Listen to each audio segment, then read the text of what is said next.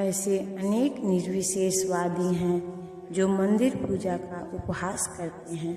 वे कहते हैं कि चूंकि भगवान सर्वत्र है तो फिर अपने को हम मंदिर पूजा तक ही सीमित क्यों रखें। यदि ईश्वर सर्वत्र हैं तो क्या वे मंदिर या अर्चा विग्रह में नहीं होंगे।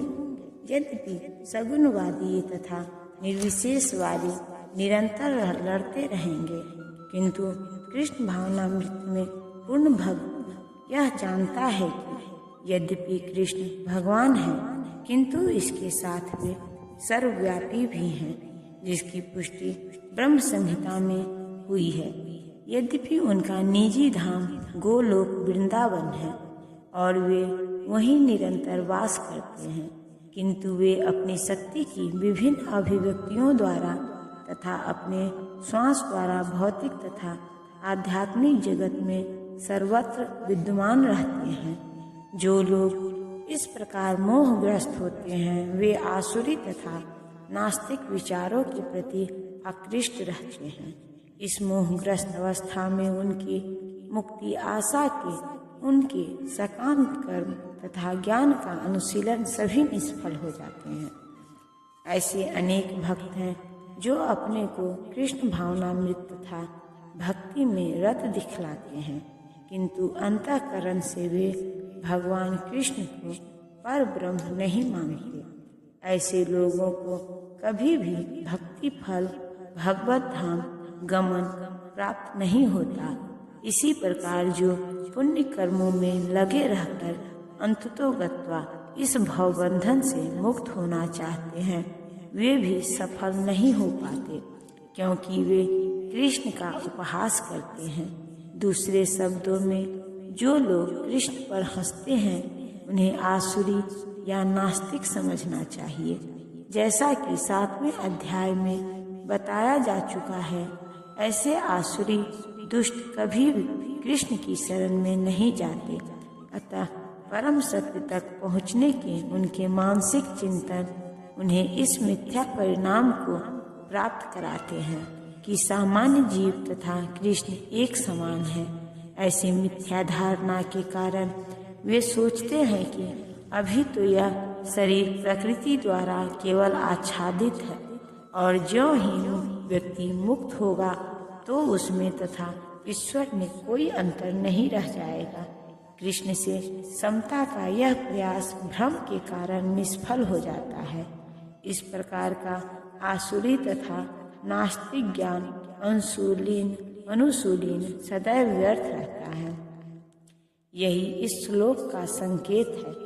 ऐसे व्यक्तियों के लिए वेदांत सूत्र तथा उपनिषदों जैसे वैदिक वाङ्मय के ज्ञान का अनुशीलन सदा निष्फल होता है। अतः भगवान कृष्ण को सामान्य व्यक्ति मानना घोर अपराध है। जो ऐसा करते हैं वे निश्चित रूप से मोहग्रस्त रहते हैं, क्योंकि वे कृष्ण के शाश्वत रूप को नहीं समझ पाते। बृहद्विष्णु स्मृति का कथन है, जो कृष्ण के शरीर को भौतिक मानता है उसे श्रुति तथा स्मृति के समस्त अनुष्ठानों से वंचित कर देना चाहिए। यदि कोई भूल से उसका मुंह देख ले तो उसे तुरंत गंगा स्नान कराना चाहिए, जिससे छूत दूर हो सके। लोग कृष्ण की हंसी उड़ाते हैं क्योंकि वे भगवान से ईर्ष्या करते हैं। उनके भाग्य में जन्म जन्मांतर नास्तिक तथा असुर योनियों में रहे आना लिखा है। उनका वास्तविक ज्ञान सदैव के लिए भ्रम में रहेगा और धीरे धीरे वे सृष्टि के गहनतम अंधकार में गिरते जाएंगे। हे पार्थ, मोह मुक्त महात्मा जन दैविक प्रकृति के संरक्षण में रहते हैं। वे पूर्णतः भक्ति में निमग्न रहते हैं, क्योंकि वे मुझे आदि तथा अविनाशी भगवान के रूप में जानते हैं। इस श्लोक में महात्मा का वर्णन हुआ है। महात्मा का सबसे पहला लक्षण यह है कि वह दैविक प्रकृति में स्थित रहता है। वह भौतिक प्रकृति के अधीन नहीं होता। और यह होता कैसे है, इसकी व्याख्या 7वें अध्याय में की गई है। जो भगवान श्री कृष्ण की शरण ग्रहण करता है वह तुरंत ही भौतिक प्रकृति के वश से मुक्त हो जाता है। यही वह पात्रता है। ज्यों ही कोई भगवान को शरणागत हो जाता है वह भौतिक प्रकृति के वश से मुक्त हो जाता है। यही मूलभूत सूत्र है। तटस्थ शक्ति होने के कारण जीव ज्यों ही भौतिक प्रकृति के वश से मुक्त हो जाता है त्यों ही वह आध्यात्मिक प्रकृति के निर्देशन में चला जाता है। आध्यात्मिक प्रकृति का निर्देशन ही दैवी प्रकृति कहलाती है। इस प्रकार से जब कोई भगवान के शरणागत होता है तो उसे महात्मा पद की प्राप्ति होती है। महात्मा अपने ध्यान को कृष्ण के अतिरिक्त अन्य किसी ओर नहीं ले जा सकता, क्योंकि वह भली भांति जानता है कि कृष्ण ही आदि परम पुरुष समस्त कारणों के कारण है। इसमें तनिक भी संदेह नहीं है। ऐसा महात्मा अन्य महात्माओं या शुद्ध भक्तों की संगति से प्रगति करता है। शुद्ध भक्त को कृष्ण के अन्य स्वरूपों यथा चतुर्भुज महाविष्णु रूप से भी आकृष्ट नहीं होते। वे न तो कृष्ण के अन्य किसी रूप से आकृष्ट होते हैं, न ही वे देवताओं या मनुष्यों के किसी रूप की परवाह करते हैं। वे कृष्ण भावनामृत में केवल कृष्ण का ध्यान करते हैं। वे कृष्ण भावनामृत में निरंतर भगवान की अविचल सेवा में लगे रहते हैं। ये महात्मा मेरी महिमा का नित्य कीर्तन करते हुए दृढ़ संकल्प के साथ प्रयास करते हुए मुझे नमस्कार करते हुए भक्ति भाव से निरंतर मेरी पूजा करते हैं। सामान्य पुरुष को रबड़ की मुहर लगाकर महात्मा नहीं बनाया जाता। यहाँ पर उसके लक्षणों का वर्णन किया गया है। महात्मा सदैव भगवान कृष्ण के गुणों का कीर्तन करता है। उसके पास कोई दूसरा कार्य नहीं रहता। वह सदैव कृष्ण के गुणगान में व्यस्त रहता है।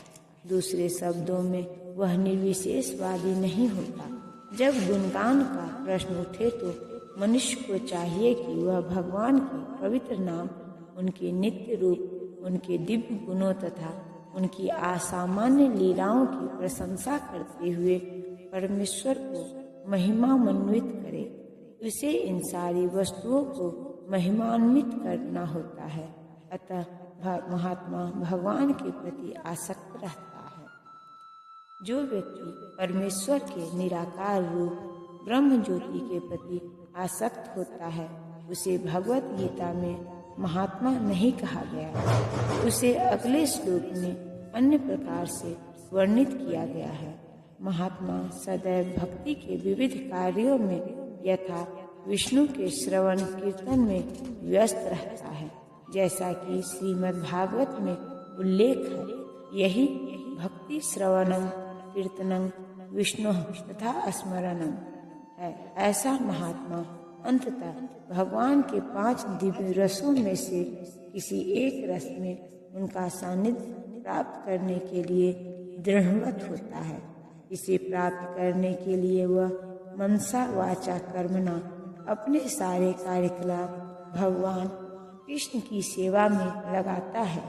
यही पूर्ण कृष्ण भावनामृत कहलाता है। भक्ति में कुछ कार्य हैं जिन्हें दृढ़व्रत कहा जाता है, यथा प्रत्येक एकादशी को तथा भगवान के आविर्भाव दिवस जन्माष्टमी पर उपवास करना। ये सारे विधि विधान महान आचार्यों द्वारा उन लोगों के लिए बनाए गए हैं जो दिव्य लोक में भगवान का सानिध्य प्राप्त करने के इच्छुक है। महात्मा जन इन विधि विधानों का दृढ़ता से पालन करते हैं, फलतः उनके लिए वांछित फल की प्राप्ति निश्चित रहती है।